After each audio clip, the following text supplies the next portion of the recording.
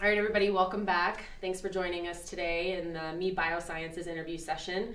I'm Dr. Kate Pate, and I am joined today by Trevor Tierney. And we are going to dive into athlete perspective and coach perspective on nutrition today.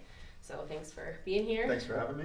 And I'd like to start with just a bio from you on, if you're telling the viewers or the audience who you are in the context of what we're talking about today, so they have kind of an understanding of where your perspectives come from.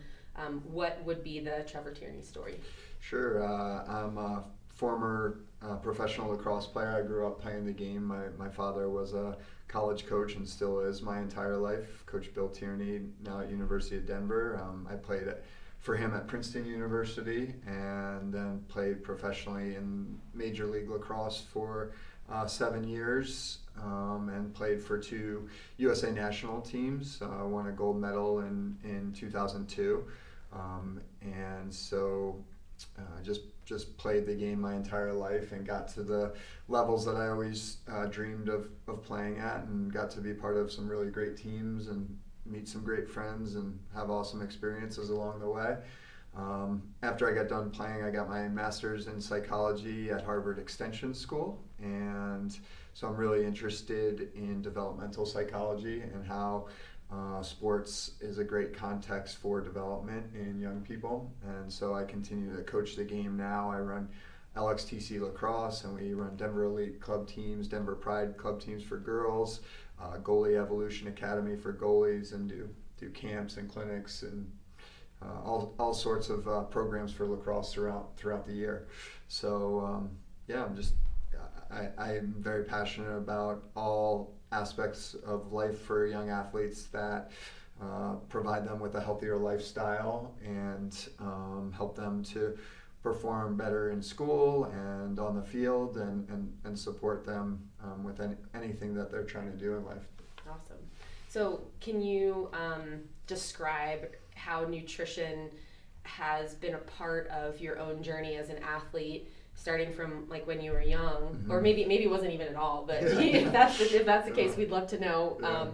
But from when you were young to how that might have evolved across your own athletic career, and then maybe transitioning that into coaching, what role does nutrition play in athletes and performance from your perspective and experience? Sure. I mean, as I was saying to you before the interview, I really wish I could go back in time as an athlete and know more about nutrition, and I think that's part of the exciting part for young athletes now. Their access to information and ability to learn more about nutrition can help them so much with their athletic career. But when I was young, my mom was giving us Cookie Crisp and Fruity Pebbles, and I was just eating as much as I could when I could, because I had a very fast metabolism as a kid, and just calories. Yeah, just calories. And I remember drinking chocolate milk and ice cream smoothies, whatever I could to get calories in when I was young.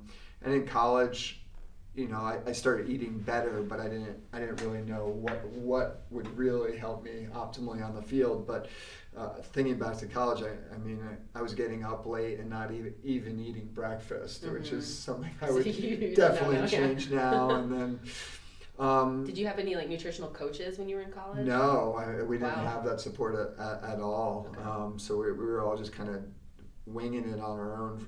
Fortunately, at Princeton, we had good dining halls and stuff, and they fed us healthy food, and we had a lot of options. So I think that just worked out well for us. But after college, when I started playing professionally, and then after I got done, I had a series of concussions, and I had some health issues that I had to address, and started going to a naturopath and learning a lot more about nutrition and taking out gluten and dairy and sugar, and honestly, and starting to eat just nutritious whole foods. And I'm a meat eater. I eat beef and chicken and turkey and pork, and then lots of vegetables, but just eating anything that either grows or is a healthy animal. Try to get like grass-fed beef and pastured pork and stuff like that. Yeah. So try to eat super clean now. And once I started doing that, it was almost a blessing that I had concussions and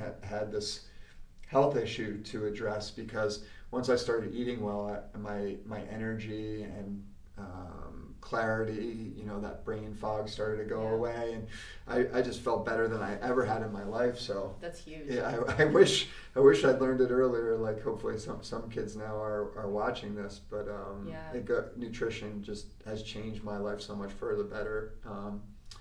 That I know what an impact it can make for athletes and anyone out there. Yeah, totally. It's like the whole mindset of like nutrition, like food is medicine, kind of. I mean, we don't often think about it like that, especially when you're younger and it's like just calories, and you just need to consume. Yeah.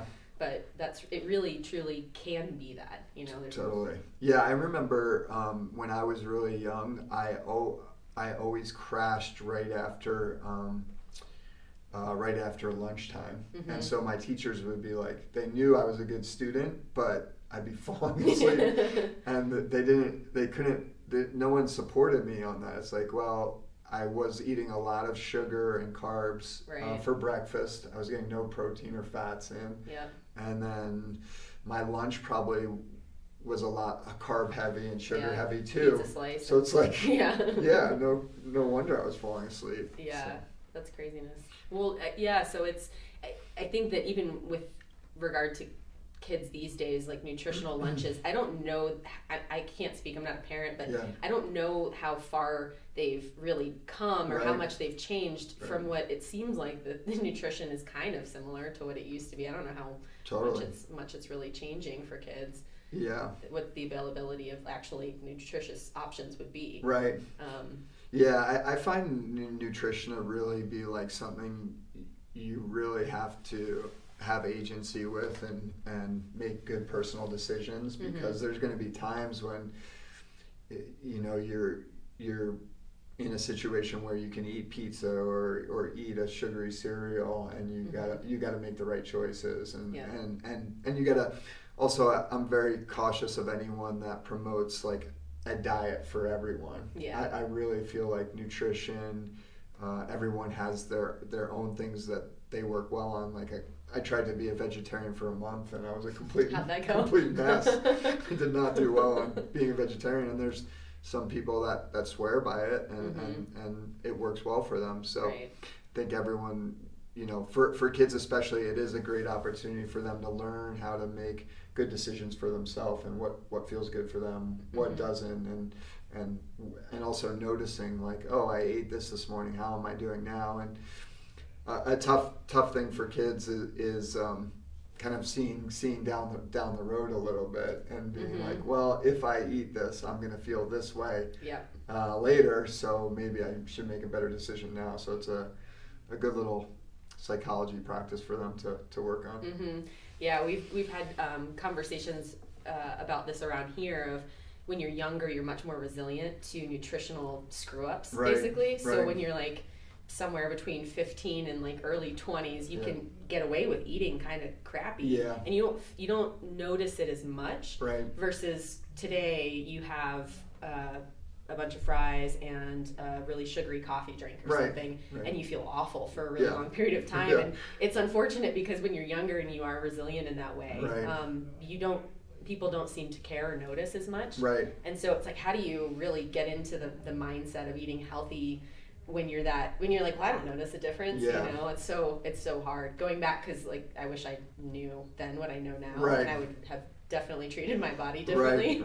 But at the same time, it didn't seem to be so bad at the time. I remember maybe like 10 years ago or so, maybe longer than that, but I was coaching at University of Denver. I was assistant coach there, and we were on the road, and I was just starving after a flight, and we stopped at some and I had McDonald's, and it was like I had never felt so awful in my life. It was like I immediately got the flu. And I think when you start eating health, it's kind of a catch-22 in a way. Like once you start eating healthier, you start noticing more of how you feel when you put bad foods in your system.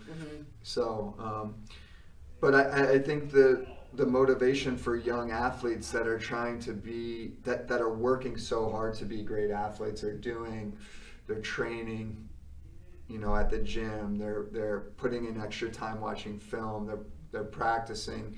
There's a lot of specialization in sports now. We're asking a lot of young athletes. And if you're doing all that and then you're eating poorly, you're really it's like running with a parachute on. You're really hindering yourself. So by eating healthy, you're just going to put yourself a step forward. Other young athletes around you, it's such an advantage that I hope that way of thinking for young athletes may cause them to start to make better decisions. Yeah, and like even just building healthy habits, just starting early with that, so it's not so difficult when you get older, and right. Trying to correct years worth of bad habits and just poor health choices. Yeah, definitely makes a difference. Yeah, for sure. So as a coach then, how I'd imagine it's really difficult, and it's probably a conversation you have with athletes, but how do you handle that approach as a coach to nutrition, and is it kind of a black box to you guys? Like, how does that work? Because it seems like there's a lot of information out there, a lot of which is conflicting, and what is the right approach? Right.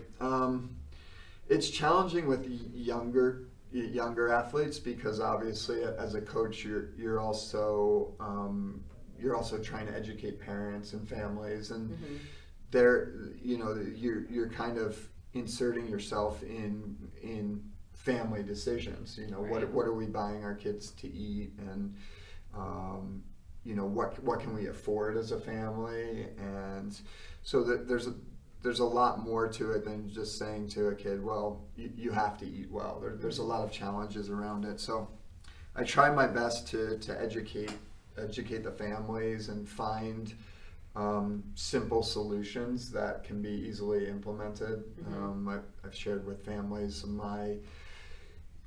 some of my dietary habits, like the morning smoothie that I have to get started on the right foot, and what for kids to order at Chipotle and what not to order, and True Sports, an organization that I work with down in Colorado Springs that works with the U.S. Olympic Committee, and they have a lot of great resources for kids to, what snacks to bring on the road for tournaments and stuff like that. So anything that I can do to make it easier for parents and kids, I think goes a long way, because they have full lives and they have a lot going on. So finding the path of least resistance goes a long way. For sure. Yeah, it seems like the especially at younger ages, the parents are a heavy influence on that, and a kid might want to eat healthier a certain way, but not have the ability to because they're not the ones buying groceries. And that can definitely be challenging. Yeah, and